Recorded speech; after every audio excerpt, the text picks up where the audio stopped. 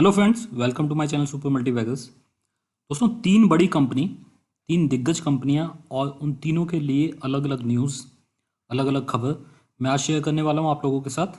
HDFC का आपको पता होगा कि आज नंबर्स आए हैं, रिजल्ट आए हैं फोर्थ क्वार्टर के, तो उसके बारे में बात होगी। आईटीसी में एक न्यूज़ आ रही है, उसके बारे में बात होगी। इन्फोसिस को एक अगेन एक बाहर से काफ़ी बड़ी न्यूज़ आती मिली है। आपको पता होगा इन्फोसिस इंडिया से बाहर भी लिस्टेड है, एडीआर इन्फोसिस की लिस्टेड है, तो बाहर से भी इन्फोसिस के लिए एक न्यूज़ आती हुई।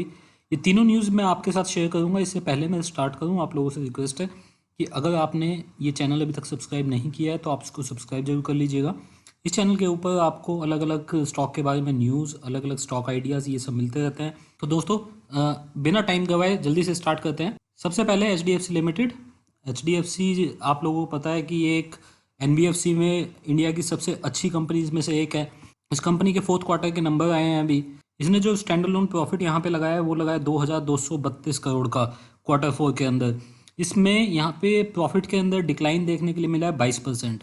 अब आप देखिए, ये जो नंबर्स हैं ये फोर्थ क्वार्टर के, मतलब मार्च तक के नंबर हैं। मार्च में जो लॉकडाउन हुआ था वो सिर्फ 10 दिन के लिए इफेक्टिव था, 21 तारीख से और 31 तक। उसके अलावा जो भी नंबर्स हैं यहाँ पे वो पूरे के पूरे 3 महीने के बिल्कुल ठीक हैं, मतलब नॉर्मल सर्कमस्टांसिस में ये नंबर माने जा सकते हैं, सिर्फ 10 दिन को छोड़ दिया जाए तो वहाँ पे 22% का यहाँ पे हिट देखने के लिए मिला है। और ये हिट किस लिए देखने के लिए मिला है? देखिए, इस कंपनी ने बहुत बड़े प्रोविजंस किए हुए हैं कोविड-19 के लिए। जितने मतलब गवर्नमेंट ने इनको बताए थे प्रोविज़न, उससे भी काफ़ी ज़्यादा इन्होंने प्रोविज़न करके रखे हुए हैं, जो कि एक अच्छी चीज़ है किसी भी कंपनी के लिए। इससे जो आपका रिस्क है, फ्यूचर रिस्क है, वो कम होता है। प्रोविज़न जो है उन्होंने बढ़ा दिए हैं, 1274 करोड़ से इन्होंने Q4 के अंदर प्रोविज़न बढ़ाए हैं। इसको आप कंपेयर करोगे लास्ट ईयर से तो मार्च 2019 में ये प्रोविज़न सिर्फ 400 करोड़ के थे, अभी ये बढ़ के 3 गुना बढ़ चुके हैं। अगर आप प्रॉफिट देखोगे Q4 19 में तो वहाँ पे 312 करोड़ का एक प्रॉफिट था, जो कि इन्वेस्टमेंट सेल, ग्रो फाइनेंस में या फिर दूसरी जो इन्वेस्टमेंट इन्होंने सेल की थी उससे आ रहा था। तो अगर आप उसको डिस्काउंट करके चलोगे तो ये प्रॉफिट आपका ठीक ठाक माना जा सकता है। देखिए, रेवेन्यू फ्रॉम ऑपरेशंस, जो मतलब कामकाजी जो रेवेन्यू है, उसमें अगर आप देखोगे 3.4%, मतलब 3.5% की ग्रोथ यहाँ पे देखने के लिए मिली है। जो असेट अंडर मैनेजमेंट है, असेट अंडर मैनेजमेंट मतलब कितना पैसा ये लोग मैनेज करते हैं, लोन देते हैं या अपने बिजनेस के लिए मैनेज करते हैं, वहाँ पे करीब 12% के आसपास की ग्रोथ देखने के लिए मिली है लोन बुक के अंदर। और अगर आप इंडिविजुअल लोन बुक देखें तो वहाँ पे भी 14% की ग्रोथ देखने के लिए मिली है। अगली चीज़ जो स्प्रेड है लोन के ऊपर, और जो ये लोग बोरोइंग करते हैं, मतलब जो पैसा ये लेते हैं और जो पैसा ये लोन में देते हैं, उसमें कितना मार्जिन है? 2.27% का मार्जिन है। यही बेसिकली कंपनी की मेन इनकम होती है। कैपिटल एडिक्वेसी रेशियो एनबीएफसीज में वन ऑफ द बेस्ट है, इसकी 17.7 की अभी भी आई है। ग्रॉस एनपीए जो मेन चीज़ है, देखिए यहाँ पे इस कंपनी ने जो ग्रॉस एनपीए लगाया वो लगाया 1.99% का, मतलब कुल मिला के 8,908 करोड़ का ग्रॉस एनपीए इसने लगा दिया है। और इसमें जो मोरेटोरियम जहाँ पे लिया गया है वो चीज़ इंक्लूडेड नहीं है, उसके लिए प्रोविज़न अलग से हैं जो मैंने आपको बताया है। नेट एनपीए देखते हो तो 0.95% का नेट एनपीए आया है, और नॉन इंडिविजुअल पोर्टफोलियो 4.7% पे है। अगर आप पूरे साल का इस कंपनी का देखते हो तो आपको स्टैंड अलोन प्रॉफिट मिलेगा 17,769 करोड़। देखिए, बहुत ही अच्छा साल गया है इस कंपनी के लिए। इस क्वार्टर को आप थोड़ा सा हटा दीजिए, लेकिन उसके बाद पूरा साल इस कंपनी के लिए बहुत अच्छा गया है। 84.5% की ग्रोथ इस कंपनी ने पूरे साल के अंदर दिखाई है। जो टोटल रेवेन्यू आया है वो है 58,738 करोड़, 35% की ग्रोथ है। इससे ये चीज़ आप इस कंपनी के स्टॉक प्राइस में भी देख रहे होंगे, एक साल के अंदर ये स्टॉक बहुत भागा है, और उसका मेन रीज़न ये है कि इस कंपनी का ये पूरा फाइनेंशियल ईयर बहुत अच्छा गया है। तो मुझे तो ये रिजल्ट अच्छे लगते हैं।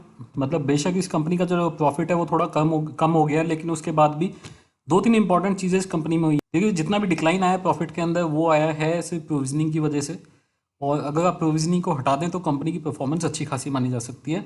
दूसरी चीज़ जो ग्रॉस एनपीए है, देखिए दूसरा जो ग्रॉस एनपीए है और नेट एनपीए है वो अभी भी ठीक ठाक लेवल के ऊपर मेंटेन किया गया है। पूरे साल का जो परफॉर्मेंस है बहुत ही अच्छा रहा है। देखिए, एनबीएफसी कंपनीज की हालत काफ़ी ख़राब है आज की डेट में, और उनका फ्यूचर, क्योंकि ये वाला जो क्वार्टर है, जून क्वार्टर जो होगा, बहुत ही ख़राब हो सकता है इन कंपनीज के लिए।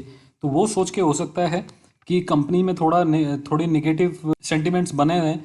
बट अदरवाइज अगर आप इस कंपनी के नंबर्स देखोगे, मुझे बहुत अच्छे नंबर्स लग रहे हैं, ये ठीक ठाक लग रहे हैं। और जून में जो नंबर्स आएंगे वो मेन होगा, उसमें आपको पता चलेगा कि किस तरीके की परफॉर्मेंस इस कंपनी की बचे हुए साल में रहेगी। जो दूसरी कंपनी जिसके बारे में हम लोग बात करने वाले हैं वो है आईटीसी। आईटीसी के बारे में देखिए, एक और भी वीडियो मैंने बनाया जिसमें मैंने आपको इसकी फ्यूचर इनकम कैसी हो सकती है, ये कंपनी कहाँ जाने वाली है, वो सब मैंने आपको बताया हुआ है। लेकिन अभी आपको ये एक न्यूज़ देखनी पड़ेगी जो आईटीसी के अंदर आ रही है। देखिए आईटीसी ने एक कंपनी को एक्वायर किया है जिसके की मार्केट टर्नओवर करीब 600 करोड़ के आसपास थी। आईटीसी ने अभी पिछले 5 साल के अंदर 2-3 छोटी छोटी कंपनीज को एक्वायर किया था, लेकिन ये वाली जो कंपनी इसने एक्वायर की है ये इस कंपनी का अभी लार्जेस्ट एक्विजिशन माना जा सकता है। जैसे आईटीसी ने अपनी एजीएम में बोला था कि वो लोग चाहते हैं कि 1 लाख करोड़ का एफएमसीजी पोर्टफोलियो बनाए या एफएमसीजी रिवेन्यू लगाएं 2030 तक। उसको देखते हुए ये एक अहम कदम माना जा सकता है, क्योंकि उसी की तरफ ये कंपनी जा रही है। 1800 करोड़ से लेकर 2000 करोड़ के बीच की ये डील रही, जिसमें इसने सनराइज फूड्स के 100% स्टेक खरीद लिया है, मतलब पूरी तरीके से वो कंपनी को खरीद लिया है। इस कंपनी का सनराइज का जो टोटल टर्नओवर है वो 600 करोड़ के आसपास है। एक प्रॉफिट मेकिंग कंपनी है, बहुत बढ़िया प्रॉफिट लगाती है। 25% की इसने EBITDA ग्रोथ दिखाई थी लास्ट ईयर, और ये मार्केट लीडर है उत्तर प्रदेश, दिल्ली एनसीआर, राजस्थान और बेंगलोर के अंदर। तो मतलब कुछ ऐसी जगह हैं जहाँ पे कि आईटीसी की इतनी रीच नहीं है, लेकिन इस कंपनी की बहुत अच्छी रीच है। तो आईटीसी को यहाँ पे बड़ा बेनिफिट मिलता दिखाई देगा कि जितना भी डिस्ट्रीब्यूशन नेटवर्क है या फिर दूसरा बिजनेस है सनराइज का, वो पूरा का पूरा इसके अंदर आ जाएगा।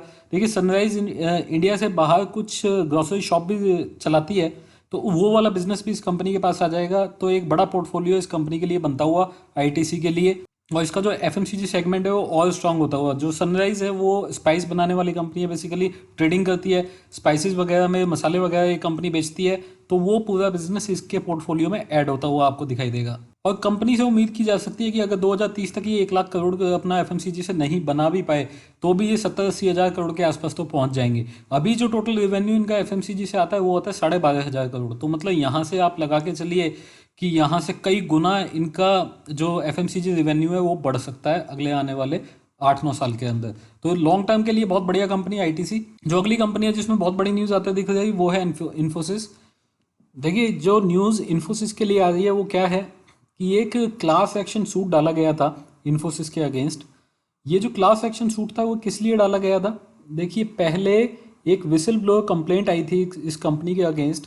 ये विसल ब्लोअर कंप्लेंट फाइल हुई थी securities and exchange commission SEC के अंदर। जो SEC है ये जैसे इंडिया में सेबी होता है, ऐसे ही वहाँ पे US में सिक्योरिटीज़ एंड एक्सचेंज कमीशन होता है। तो ये कंप्लेंट जब फाइल हुई उसके बाद इंक्वायरी हुई और SEC ने ये डिसाइड किया कि जितनी भी एलिगेशंस लगाई गई हैं कंपनी के ऊपर वो सारी गलत हैं। तो विसल ब्लोअर ने एलिगेशन क्या लगाई थी? इन्होंने बोला था कि जो कंपनी है उसने अपनी बैलेंस शीट के अंदर जो शॉर्ट टर्म रेवेन्यू रिकॉग्निशन है उसको लेके कुछ गड़बड़ी की है। उसके चलते एक कंप्लेंट फाइल की गई थी जिसको कि डिसमिस कर दिया गया था SEC के द्वारा।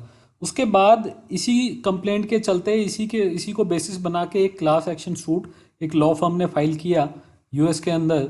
न्यूयॉर्क सिटी में कोर्ट के अंदर एक केस फाइल किया गया और वहाँ पे पिछले 4-5 महीने से लगातार हियरिंग चल रही थी।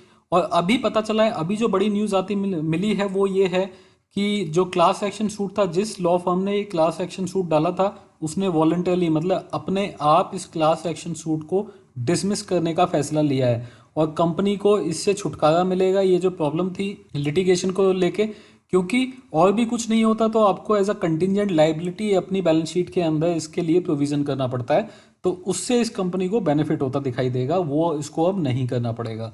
एक चीज़। दूसरी चीज़, अगर यहाँ पे US के अंदर कोई एक्शन इस कंपनी के ऊपर लिया जाता तो वो जो एक्शन है इसका ओवरऑल जो ग्लोबल बिजनेस है उसको इम्पैक्ट करता और वहाँ पे पूरा बिजनेस इसका ख़राब हो सकता था अगर कोई कोर्ट का डिसीजन इसके फेवर में नहीं आता या ये कंपनी को कुछ गलत डिसीजन या गलत जजमेंट मिल जाता।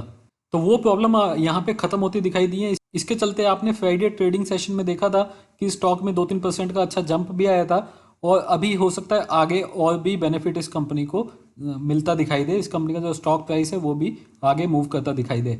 दोस्तों ये 3 बड़ी कंपनी थी, 3 बड़ी कंपनी के लिए 3 बड़ी न्यूज़। अगर आपको ये इन्फॉर्मेशन ये न्यूज़ अच्छी लगी हो तो आप इस वीडियो को लाइक जरूर कीजिएगा, आप इसको शेयर कर सकते हैं और अगर आपको मेरे वीडियोस पसंद है तो मेरे चैनल को सब्सक्राइब कर लीजिए।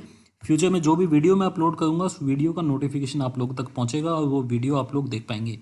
अभी के लिए दोस्तों इतना ही। Thank you very much, take care, bye bye.